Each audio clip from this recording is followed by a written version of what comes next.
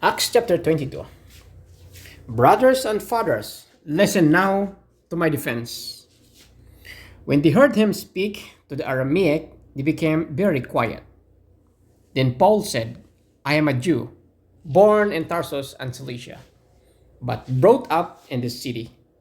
I studied under Gamaliel and was thoroughly trained in the law of our ancestors. I was just as zealous for God as any of you are today.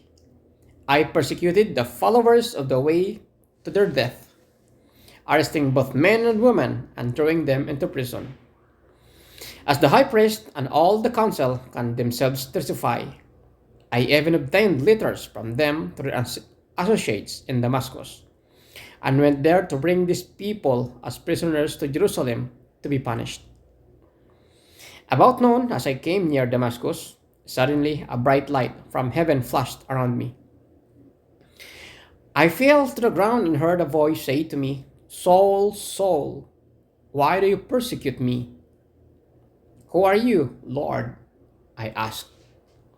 I am Jesus of Nazareth, whom you are persecuting, he replied. My companions saw the light, but they did not understand the voice of him who was speaking to me.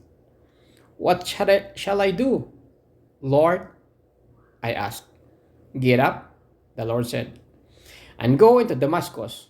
There you will be told all that you have seen assigned to you. You have been assigned to you to do. My companions lead me by the hand into Damascus, because the brilliance of the light had blinded me. A man named Ananias came to see me. He was a devout observer of the law and highly respected by all Jews living there. He stood beside me and said, Brother Saul, receive your sight.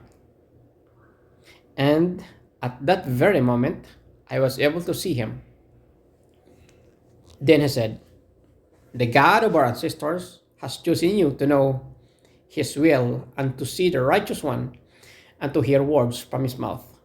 You will be his witness to all the people of what you have seen and heard. And now, what are you waiting for? Get up, be baptized, and wash your sins away, calling on his name.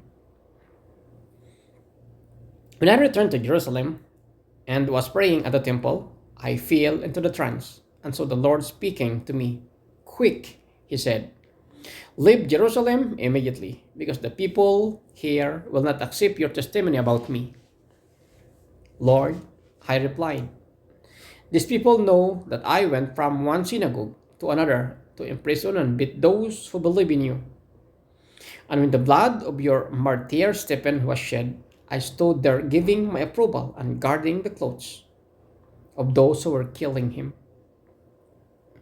Then the Lord said to me, Go, I will send you far away to the Gentiles. The crowd listened to Paul until he said this. Then they raised their voices and shouted, Rid the earth of him. He is not fit to live.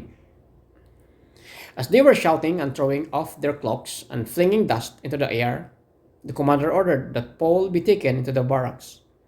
He directed that he be flogged and interrogated in order to find out why the people were shouting at him like this. As they stretched him out to flog him, Paul said to a centurion standing there, Is it legal for you to flog a Roman citizen who has not even been found guilty? When the centurion heard this, he went to the commander and reported it. What are you going to do? He asked. This is a Roman citizen. The commander went to Paul and asked, Tell me, are you a Roman citizen? Yes, I am, he answered. Then the commander said, I had to pay a lot of money for my citizenship. But I was born a citizen, Paul replied. Those who were about to interrogate him withdrew immediately. The commander himself was alarmed when he realized that he had put Paul, a Roman citizen, in chains. The commander wanted to find out exactly why Paul was being accused by the Jews. So the next day, he released him and ordered the chief priest and all the members of the Sanhedrin to assemble. Then he brought Paul and had him stand before them.